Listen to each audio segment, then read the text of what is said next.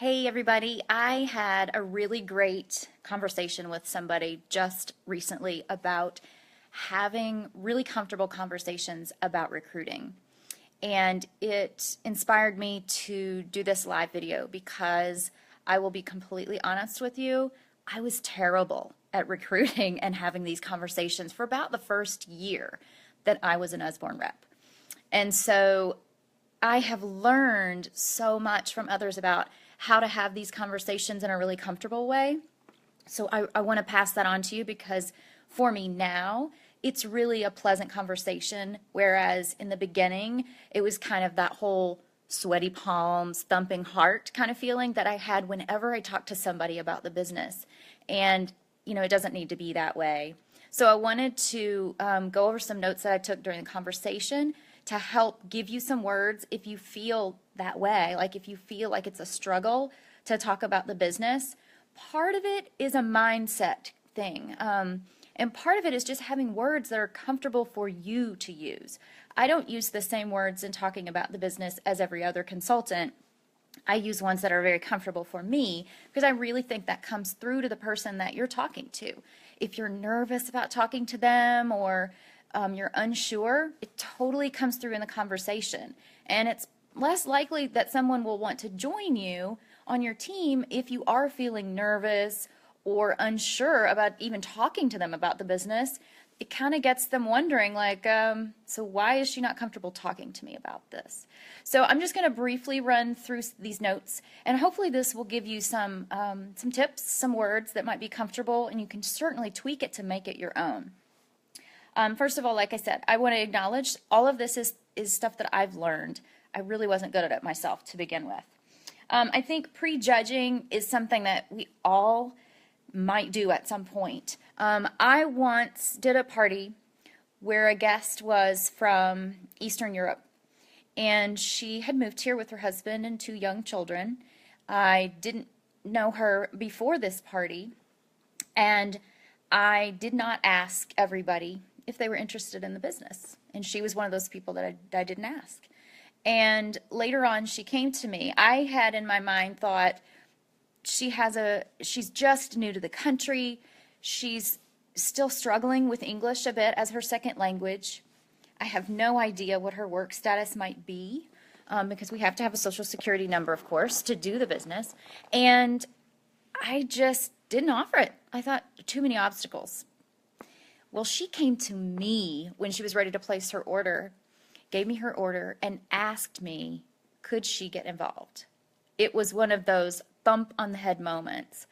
And we talked about it a little bit, and she signed up on the spot.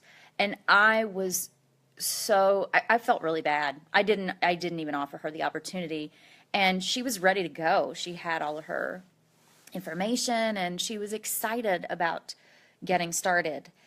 And had she not had the courage to approach me about it, and considering the situation that she was new to the U.S. and she was, struggling still with the language, it took a lot of courage for her to come and ask me about that. So had she not had that courage, I wouldn't have had her on my team. She isn't currently with us still, but she was an active consultant for a while and was a valuable part of our team, helping us get books to other children and especially other families in her circle who had immigrated to the United States. So, lesson learned for me, ask everybody, and I use the words, have you ever considered doing something like this? It's very open-ended, it's very informal, it's just easy for me to say that, and it allows us to kind of explore the idea. Have they thought of it before? Have they done some other business like this? What's been their experience? That conversation starter can go in a lot of different directions. And so those are comfortable words for me that might work for you as well. Let's take a look at what else I had written down here. I do like to start talking about the business and see if there's interest there, see where that conversation goes. And then if they're kind of on the fence or they're just, kind of human, they're not ready to just commit, I will suggest a decider show, decider party, decider book look, whatever you want to call it. And I call it a decider because I say, well, that allows you to be the hostess, kind of see how this whole thing goes, dip your toes in that way. And then once that show's complete, you can decide, do I like this? Do I like how this went? Could I see myself doing this too? And that can be your decider show. Any orders that come in outside of online orders would be your first sales. And I personally give all the bookings from that decider show to that new consultant. They're her friends. They're going to want to work with her and support her. If the person decides to sign up before her show, then I'll set up the e-show with her on her site. She gets everything, sales, bookings, the free books as the hostess, all of it, because I'm investing in her as part of my team for the long term. It's a short-term gift for me to do that for her, but it is on-the-job training for her, and it gets her, a boost into reaching success bound. Let me take another quick look here. And, when we start talking about the business, if they don't, if they have questions, we talk through them. We kind of keep going. I'll say, well, how does this sound so far? That's a nice open-ended question, too. How's that sound to you? Or what do you think of that? How do you feel about that? Those are all nice open-ended questions. Those are really key. You don't want to have yes-no questions because there's not a lot of place you can go with that. Unless it's a yes. If it's a no, it's hard to get back into a conversation about other options. So if they don't have any more questions, because I'll ask that too, do you have any other questions or any other information you'd like to get before you get started? If they say, no, you've pretty much answered everything, then I move right into, well, the first step then is to go ahead and get your kit ordered. Do you want to go ahead and get that taken care of today? I can help you get that done online. If they're ready, if they've gotten enough information and they do feel confident and excited moving forward, and those are the two things I tell people I want them to feel. I want you to feel confident and excited about getting started. If they don't have any more questions and they are confident and excited to get involved as a consultant, then I want to help them get signed up right then. And I'll even say, well, you know what? If we get that taken care of today, get all that kit order, then your kit will ship out in the next couple of days, and we have your launch party online next week. So it really fuels that little bit of excitement that may already be there about getting started, and you can help them get going right away, because if they're satisfied with the information, they don't have any other questions, they can get going. Now, you may have somebody who then suddenly, if they do have hesitations, will bring up more questions, or they might say, I really think I want to talk to my husband about it, or I'm not quite sure. And I'll say, well, let's do a decider party. I understand that you would like to talk to your husband. I would want to talk to my husband to make a decision like this too. And let me know what questions he has that we may not have discussed, because sometimes husbands will ask questions their wives didn't even consider and that we hadn't talked about. And I'll say, I can touch base with you the next couple days and just see if he had any questions about things you and I didn't discuss, because I certainly would want him to feel comfortable about you getting started too. How's that sound? So that I've given her notice that I want to follow up, and she can let me know a couple days, next week, whatever. But I do say, well, let's go ahead and just at least set up a decider show for you, and that way that can either be your first event, or you can get the free books, and if you'd rather just be a preferred customer and a preferred hostess, that's great too. So I want the person to feel like really comfortable. There's a lot of leeway here. This is ultimately a yes or no decision for them, and I try to take myself out of the equation. That's where I got so nervous in the beginning, is that I felt like I was going to benefit, and if they said yes, that's great, and if they said no, did they not like me, or did I come on too strong? Or I was so wrapped up in how that person was reacting to me, instead of thinking about how can I help this person with this business? Or how could this business benefit this person? What do they want out of it? My job is to give them information, ask if they have questions or need more information. I'm the provider of information, and I'm the sharer of the opportunity. And it's just like offering your child an opportunity to do an activity, if it's a brand new activity, if they're not really invested in it, they're going to whine and complain about going to practice or, whatever. Every activity that you get involved in, there are parts of it that aren't pleasant. They just have to, there's parts you have to do.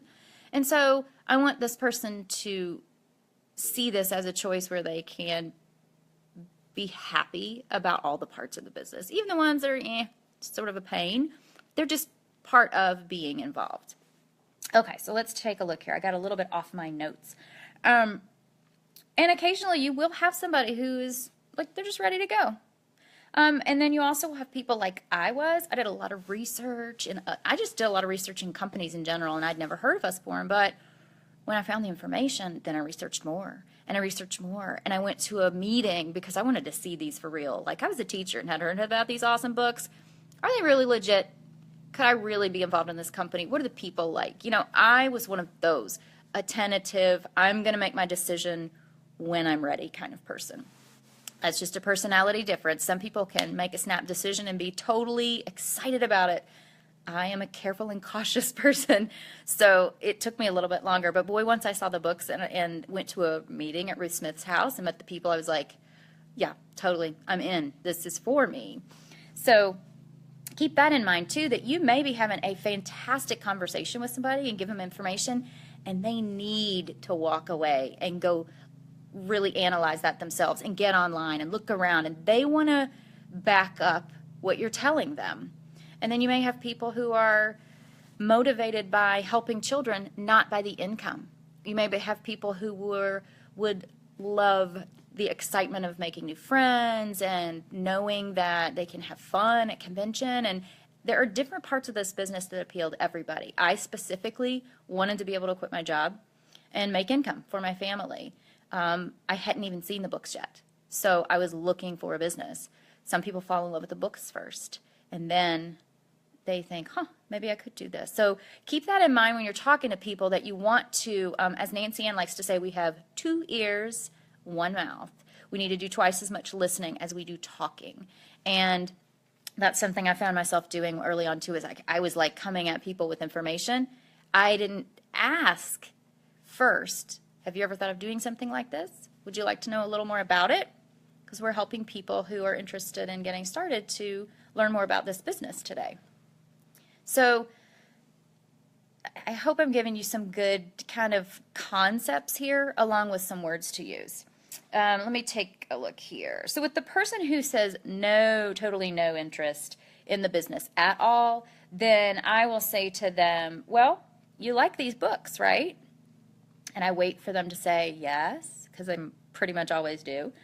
And would you like to get a lot of them for your kids? You have a pretty good wish list of what you'd like to have. Usually that's a yes too. And do you think you have some friends who would really like to have these books for their kids too? Generally that's a yes as well. So I'll say, what do you think of having some personal shopping time with just you and your friends and me? I'll help you guys get just the right books for your kids and their needs. How does that idea sound? So I'm leading her into booking. That is a lesser commitment than the business. If you've just had a conversation about, hey, have you ever thought about doing something like this? And talked about the business a little bit, and they're like, yeah, no, that is just totally not my thing.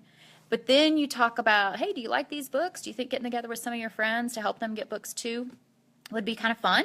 What do you think of that idea?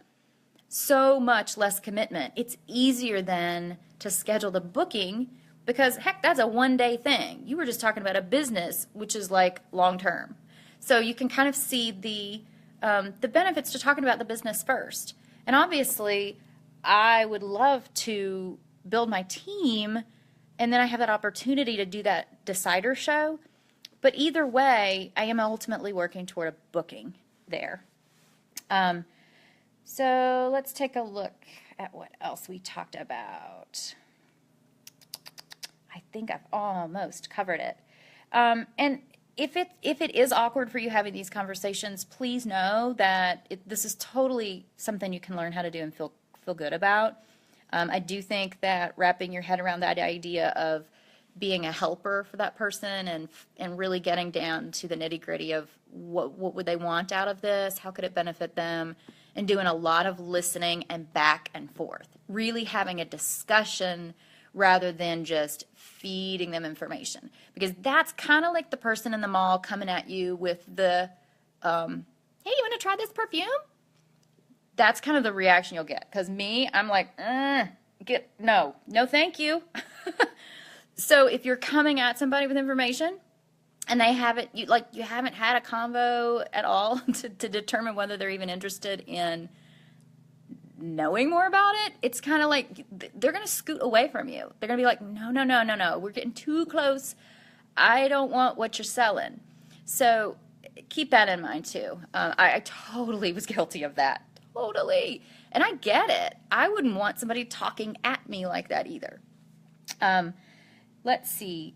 So basically we talked about the fact when I had this conversation with another consultant that once you kind of learn some language, it gets so much easier. And knowing that it is a-okay. If they say no thank you, they are not rejecting you or me. They're saying no to an opportunity. It's like saying to your next door neighbor, oh my gosh, I found these awesome peaches at Publix this week. They're on sale for 88 cents a pound, and they're so fresh, like really, really good, and we made this great cobbler with them. You should definitely go see if they have any left.